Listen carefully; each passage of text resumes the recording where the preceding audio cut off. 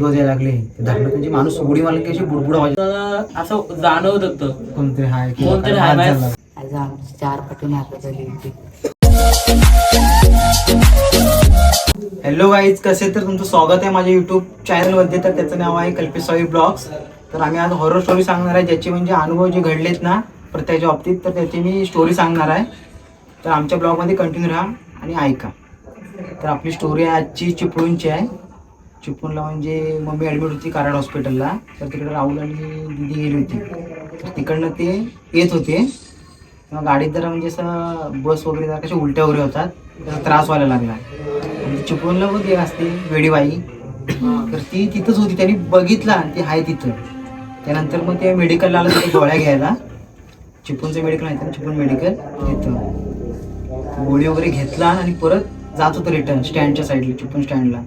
ते ब्रिज मध्ये तिथं लागतं मध्येच, ते लस्सी वगैरे भेटते, रिक्षा वगैरे लागतं ना तिथं पुढं. तिथं ते एका बाई डायरेक्ट आवाज मारायला सुरुवात केला ना त्याला, असं म्हणजे जातोच कुठं वगैरे अशी. फक्त अशी एकदा मान वळून फक्त बघितला म्हणजे हातबीत अशी वेगळीच करायला लागली.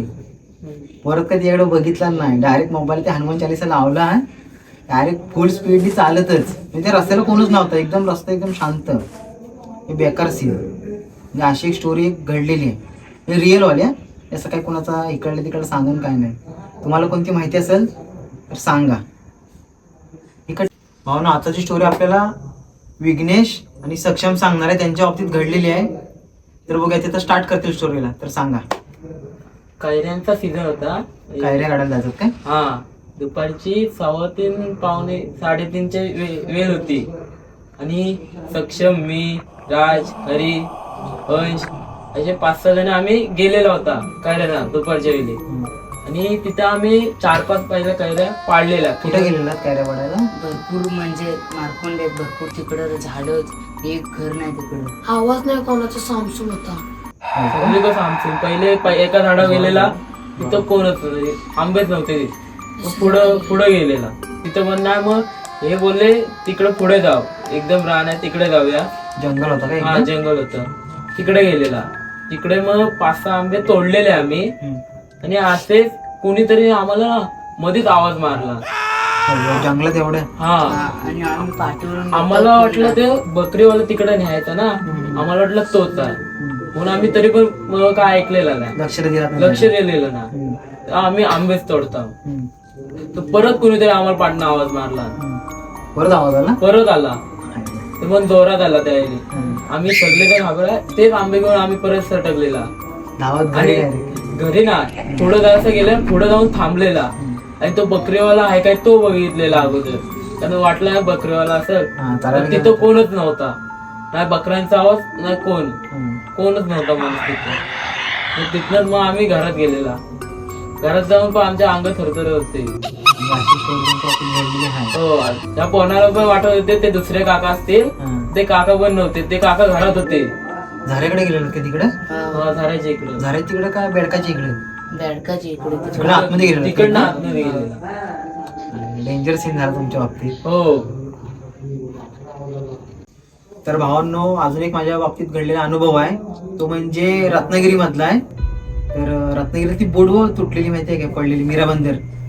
रील्स वगैरे बघ येतात रत्नागिरीला. तर तिकडे आम्ही गेलो होतो सर्व फिरायला, मित्र. त्यानंतर फिरलेलो वगैरे. आणि मॅडम पण होते सोबत. मॅडम गेल्या एक्झामला. आम्ही म्हणलो, मॅडम बोलले जा कुठेतरी फिरून या. काय गाडी होती ना, मग आलेला फिरून. गेले तर फिरायला. तर नंतर मग बीचवरती तिथं फिरलेला, बोट बीट जरा बघितली, फोटो वगैरे शूट केलेला आणि आलेला. नंतर ते ताण लागली. तिथं त्या दुकानात गेलं, पाणी वगैरे प्यायलेला, म्हणजे विकत घेतलेलं बिस्लरी घेऊन आलो. गाडीत बसलेला, रोड काय भेटतच नव्हता. इकडे तिकडे मॅपवरती बघितलेलं, मला मध्येच थांबलेला रोड, म्हणजे चुकलेला. आम्ही थांबलेला बघितलेला तर बरोबर 12 वाजली होती. आणि आपले रोड बेट शोधतो. बाकीचे दोघं ड्रायव्हर होते, समोर बसले होते. ते एक मॅप शोधत होता आणि ड्रायव्हिंग करत होता. मागं आम्ही मित्र 4 जण होते टोटल. आम्ही इकडे तिकडे बघतो म्हणजे कुठं जायचं नक्की, काय रोड चुकलेला आहे. तर मी आपल्या असं खिडकीतून डायरेक्ट बाहेर बघितला, म्हणजे दारावर पैसे मागायला येतात, झोळी वेळी घालून माहिती आहे ना. मी आपलं बघते ही कोण. एक मिनिट ना अशी एकामेकाला आम्ही बघतच राहिलेला, एकदम टक लावून. आलो लगेच बेकारच बघते. मॅपला रोड भेटला. मी बोलले चला आता जावे निघू इथून. निघालेलं ना बाई डायरेक्ट हसायला लागली बघून. मी एक दात काळा पांढरा माहीत फाटली. त्या मित्राला बोल मागं बघ. त्याला पण दिसली हा. आम्ही दोघं मागं आम्हाला दोघांना दिसली. म्हणजे पुढचे होते ना ड्रायव्हिंग करते मॅप शोधत होता त्याला दिसलीच नाही. तरी मागं वळून बघतायत तर काहीच नाही. तिथून डायरेक्ट आम्ही पुढं काही कुठं स्पॉट काय घेतलं नाही. डायरेक्ट मॅडमची एक्झाम होती ना रत्नागिरीत जाऊन थांबलेला. मॅडम आल्यानंतर मॅडम म्हणलेलं की असं असं म्हणजे दिसलं आम्हाला कोणतरी. मॅडम डायरेक्ट विचारली टाईम किती झाला होता. तो 12 वाजले होते. 12 वाजून 5-10 मिनिटं झाली होती. मॅडम म्हणलं बरोबर मग म्हणजे टाईमच असतो ना ती असं भूत वगैरे अशी कशी ती बोट तिथून पडून आली माहिती ना. म्हणजे त्यात माणसाचं गेलीच असणार ना. असं कोणाचं काय अपेक्षा वगैरे राहिल्या असतील तर मग येतात. म्हणजे हा एक माझ्या बाबतीत अनुभव घडलेला होता. असं एक ओके. एक दिवशी काय झालं उभ्या का विरंगुळ्यात येत होता. सांग जोरात सांग. रेडी सांग. एके दिवशी काय झालं उभ्या का विरंगुळ्यात येत होता कामावरनं. तेव्हा त्याला म्हणजे आता स्टॉप झाला पेट्रोल पंपाचा. आता होणार आहे तिथं एक दिवशी त्याला बाई दिसली. म्हणजे 4-5 जण होते आणि एक बाई होती. आगाचीत होते हा. तर पहिला मी डान्स कॉम्पिटिशनला जायचो. म्हणजे कसं घरी वगैरे विचारलं होतं जाऊ की नको. पण म्हणजे कसं त्या म्हणजे कंपनीत जायचो ना. तिथली लोकांना म्हणजे माहिती होता त्या साईडला म्हणजे लोक वगैरे कोण नसतात. 7-8 वाजले की म्हणजे रस्ता एकदम सुनसाम. घरी विचारला जाऊ काय नको तिकडं एवढ्या लांब कशाला जातोय. रोड चौकी लागते तिथं. तिकडे गेलो होतो आतमध्ये नारळ खिडकीचं गाव होतं काहीतरी.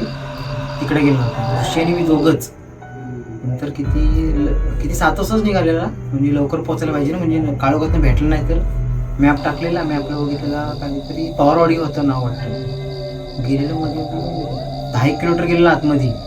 त्या वाडीत विचारलेला इथं वाडी कुठे. स्पीकर जाऊ द्यायला लागला. म्हटलं इथंच आहेत की कॉम्पिटिशन. माणसाला विचारलं एक भेटला त्याला तर डान्स कॉम्पिटिशन आहेत काय ना इथं नाही. मला जायचं आहे कुठं. मला एकदम इकडं पवारवाडीत विचारलं. वाडी बोलला इथून अजून 10-15 किलोमीटर पुढं आहे. रस्ता बघितला एकदम बेकार. एवढा आलेला आहे तर बघा जाऊया. गेलेलं तिकडं डान्स कॉम्पिटिशन वगैरे झाला. किती 2-2:30 दरम्यान झाला. तिकडनं मग निघालेला रात्रीचा. येताना आम्हाला एक धरण लागला. ऋषीला स्टोरी माहिती होती म्हणजे काय नक्की विषय आहे तिथला. कारण तिकडे जायचं ना उमळी साईडला. त्याला म्हणजे ते लोकांची म्हणजे माहिती वगैरे माहिती होती म्हणजे काय नाही. येताना आवाज यायला लागले. धरण म्हणजे माणूस उडी मारली की अशी बुडबुड आवाज येतात. डुबकी मारलं म्हणजे जीव घेऊन येतात तसं. मला आवाज आला त्याला पण आला. पण आम्ही काय असं बोललेलं नाही एकामेकाला. दोघंच ना. तो घाबरला मी घाबरलं की झालं दोघांचं पण. तसंच तिथं निघालेला. नंतर तो रिगल कॉलेज पण लागतो तिथं मध्येच. तिथं परत आग पेटताना दिसली 3 वाजता बरोबर. नंतर मग आम्ही येऊन अशी तिथं खायला बसलेलो जरा. सकाळी दुकान तिकडे लोट्यात उघडा असतो तर खायला बसलेला. त्याला विचारलं मी खाताना तुला आवाज आला काय रे तिथं. त्याला हो मला आवाज आला. नंतर मग समजला की त्याला कसं माहित. तो मला तुला सांगितलं का नाही तू पण घाबरशील. म्हणजे कसं दोघं घाबरलं तर वाट लागणार मग परत राहायची होती तिथं झपटल्यानंतर असा विषय. म्हणजे असा अनुभव आलेला आहे. एक स्टोरी होती माझ्या.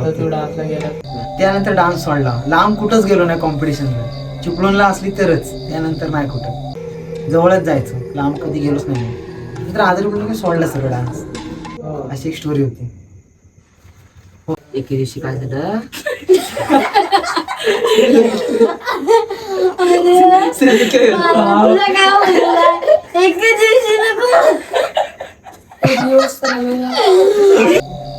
एके दिवशी उभ्या का येत होता विरंगुळ्यात कामावर येत होता. तेव्हा आता पेट्रोल पंप मध्ये तिथं एक बाई आणि 4 बापे दिसले तिथं. तेव्हा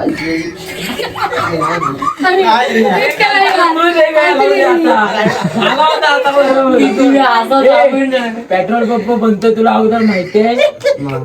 बनतोय काय बनतोय बोलू नको. तिथं काय पेट्रोल पंपाचा नाही आहे. तो अगोदर विरोधीच्या इथंच बोल. फाटे तिथं साफ केलेली जागा आहे. एके दिवशी काय झालं रम्या काका कामावर येत होता. तेव्हा म्हणजे एक मैदान झालं तिथं. आता तिथं एक बाई आणि 4 बापे दिसलेले. म्हणजे तिथं बसले खाली आग होती तिथे पेटत होती. तर रम्या काका बाईकवर येत होता. तेव्हा त्याचं लक्ष त्या बाईकडे गेला. तर लक्ष हटवायचा प्रयत्न करत होता. त्याचं लक्ष गेला. तर ते एक बाई बोलले थांब थांब थांब थांब.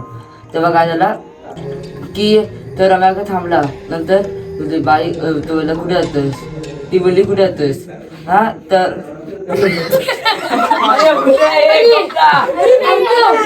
असं दोनदा झालं होतं की मी घरी एकटाच होतो.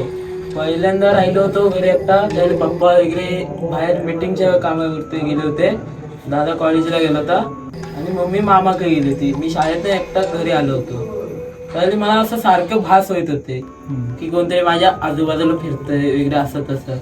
आणि थोड्या दिवसांनी माझी आजी आजारी पडली होती. तिला पप्पा वगैरे घेऊन डॉक्टरकडे गेले होते. ऍडमिट होती ती काय? हा ऍडमिट होती त्यावेळी भरपूर दिवस ती महिनाभर तिकडे होती. आपलं दादा मित्रासोबत बाहेर पार्टीला गेला होता. मी एकटा होतो घरात. मी खालच्या घरात जेवून वर आलो आणि त्यावेळी नेमकी लाईट गेली. मी कसं बॅटरी वगैरे चार्ज करून ठेवल्या होत्या, त्या पेटवल्या ठेवल्या, पण त्या जास्त वेळ 1 तास वगैरे बॅटरी टिकणार 5 मिनिटात गेले, लगेच गेल्या. मी मोबाईलचे वगैरे टॉर्च वगैरे पेटवून ठेवली. तर मला असं जाणवत होतं कोणतरी साईडला वगैरे कोणतरी फिरतंय. तेवढ्यात मला मग भोसलेकांचा कॉल आला, ते खालचे शेजारचे, की बाबू तू एकटा मी येऊ काय वर. तेवढ्यात नेमकी लाईट आली आणि मी बोललो नका लाईट आली आता, दादा पण येईल. हा परत लाईट गेली. जसा फोन कट केला तसा 1 सेकंदात लाईट गेली. आणि थोडं मला लगेच माझ्या रेंजचा पण प्रॉब्लेम व्हायला लागला. तर मग काकांचा फोन पण लागत नव्हता जास्त, रेंज हे झाल्यामुळं नेटवर्क कमी व्हायला लागला. मला असं जाणवत होतं कोण हाय कोण, असं वाटत होतं. बास व्हायला लागले जास्त. कुत्रा पण गोंगाट जास्त करायला लागला. मग काका वर आले, ते फोन लागत नव्हता त्यामुळं. आणि ते आले, मग जरा थोडं नॉर्मल असं झालं. मग नंतर लाईट आली, नंतर मग दादा वगैरे आला. अशी गोष्ट आयुष्यात कल्पना माझी फाटली, मला मुतर झाली. यायला मुक्षी दिसते. नको एखादं पाठ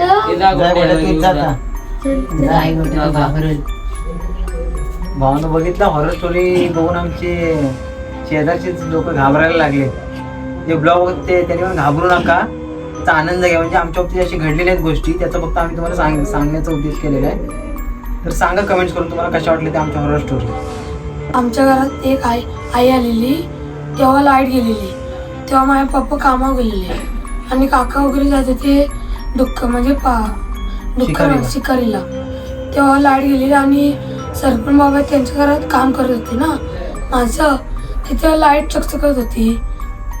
तेव्हा ती आई बोलते की हे रिया वरती लाईट चकचकत आहेत, पाम्याला काही कामावून बोलू, चोर आले वाटतं. त्यानंतर काका बाहेर बसला. आई बोलते की पाव्याला पण बोलव, लगेच नाही तर मारतील धरून. आणि गणपतीचं डेकोरेशन केलेलं होतं ना, तिथं वरती कापड ठेवलेला होता. ती आई बाहेर गेली ना वर बघायला, तिला वरती काम करत होते. तिला वाटलं कोण चोरच आले. ती बाहेर गेली, तिला वरती एक असं माणसासारखं काठीला कापड लावून ठेवलेला होता. तिला वाटलं भूतच आहे, म्हणून ती बोलते अशी त्या वरती बघ काहीतरी दिसतोय पांढरा, म्हणून बाबा बागा गेले ते कापड होता. सांग ना. आम्ही मामाकडे गेलो होतो जरा आवाज जोरात कर ना, तर आम्ही सोनगावला गेलेलो होता. तर तिकडनं आम्ही 3 वाजता तिकडून निघालेला. तर तिथे बघ आम्ही लोट्याच्या साईडून गेलेलो, ह्या साईडून नाक्यात हा. तर आम्ही डायरेक्ट नाक्यात येतो. तिथे तो छोट्याचा धरणासारखा गणपती विसर्जन करतात. तिथेच खाली स्मशान आहे. तिथनं आमची जुनी गाडी वरतीच नव्हती चढत, ती तिथेच बंद पडली गाडी. नंतर कशी पप्पाने ढकलत होते, आज आमची 4 पट नाका झाली होती.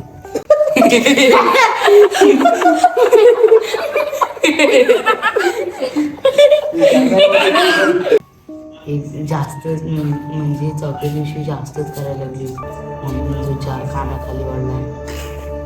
सप्पा घाबरले ना. मामीन मारला की मम्मीन मारला तिला. म्हणजे जास्त अशी काय आपल्याला वगैरे मामी काय बोलली? अरे ती झपटली होती, ती काय बोलल? भूत काय बोलला? भूत बोलला आय लव्ह यू मी प्रेम करतो. मम्मी तिथे परत दोन वाजवलं.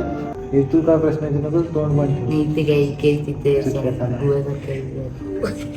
अरे मग तू सांग ना, तू भारी सांग. तर भावांनो, तुम्हाला आमची हॉरर ब्लॉग म्हणजे स्टोरी कशी वाटली ती जरा कमेंट्स करा आणि सांगा. म्हणजे आता प्रत्येकाच्या लाईफमध्ये ज्या घडलेल्या होत्या ना गोष्टी, तर ते तुम्हाला सांगण्याचा आम्ही प्रयत्न केलेला आहे. तर तुम्हाला आमची स्टोऱ्या कशा वाटतात ते कमेंट्स नक्कीच करा आणि आपल्या चॅनलला लाईक, शेअर आणि सबस्क्राईब करा. विसरू नका. आणि असेच आपले नवीन ब्लॉग येणार आहेत, तर त्यासाठी सबस्क्राईब करूनच ठेवा, म्हणजे तुम्हाला डायरेक्ट नोटिफिकेशन येणार. चला, पप्पी द्या. बाय. बाय बाय, भेटूया नेक्स्ट ब्लॉग मध्ये. चल कट.